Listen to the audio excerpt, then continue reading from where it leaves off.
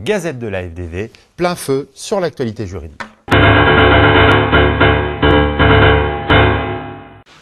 Réforme du Code civil, à qui le tour? Avant-projet de loi portant réforme du droit des biens. Un avant-projet de loi portant réforme du livre 2 du Code civil relatif aux biens vient d'être présenté.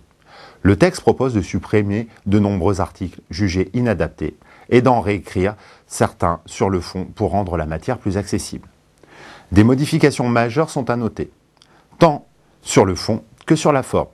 À titre d'exemple, sur le fond, les actions possessoires sont supprimées. Une nouvelle catégorie de droits réels ne portant que sur une ou plusieurs utilités de biens est créée. Sur la forme, un nouveau titre premier intègre la définition du patrimoine et des biens qui le composent. Pour en savoir plus, un colloque est organisé à l'Université Lyon 3, jeudi 4 décembre, amphithéâtre Roubier, par le Centre de théorie juridique.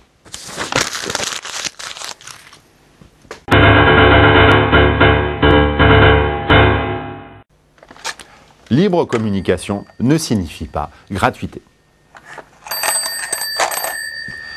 Deux arrêts de la première chambre civile du 22 octobre 2008.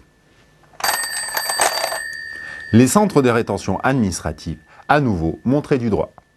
En effet, la première chambre civile de la Cour de cassation a jugé, par deux arrêts en date du 22 octobre 2008, que si les étrangers avaient accès au téléphone, celui-ci n'avait pas à être gratuit.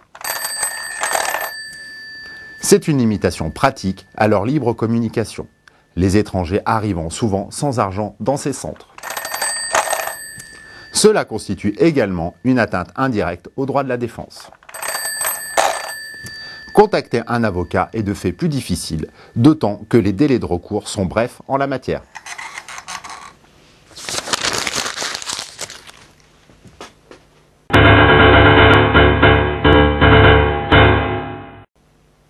L'apopée vaudou du président.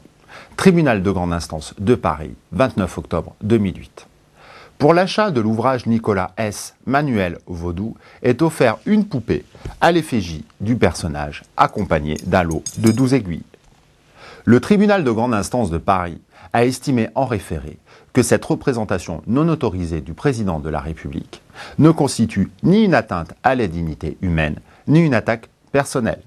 Elle s'inscrit donc dans les limites autorisées de la liberté d'expression. Pour information, un modèle de Ségolène Royal a également été distribué. Amateurs de rites vaudou, à vos aiguilles.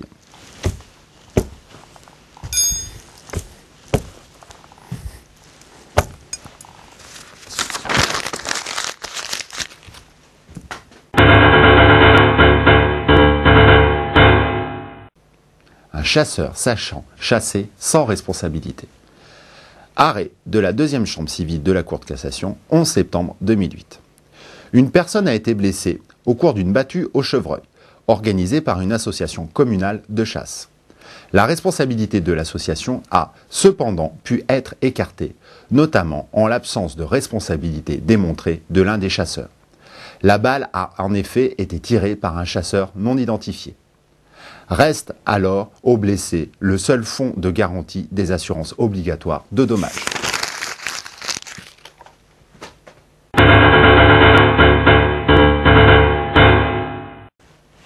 Touche pas à mon meuble.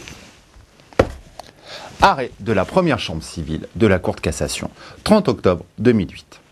La Cour de cassation annule pour erreur la vente d'un meuble d'époque Louis XVI, réalisée au cours d'une vente aux enchères publiques. Le catalogue de la vente, qui décrivait le meuble, précisait entre parenthèses « accident et restauration ».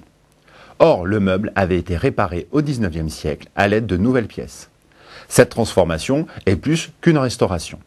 L'amateur d'art est pointilleux et la Cour de cassation lui reconnaît ce droit.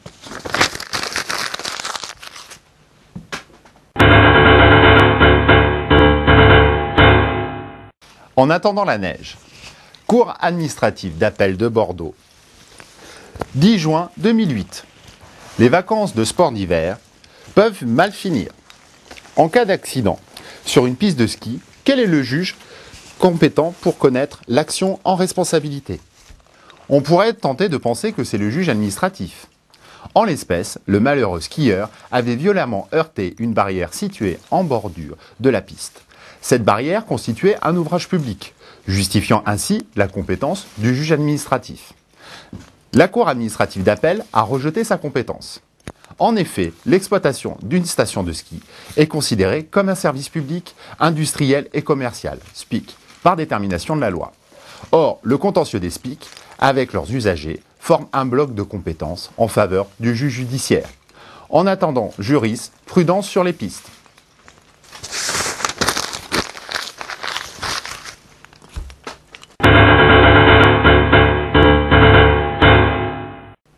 RSA deuxième.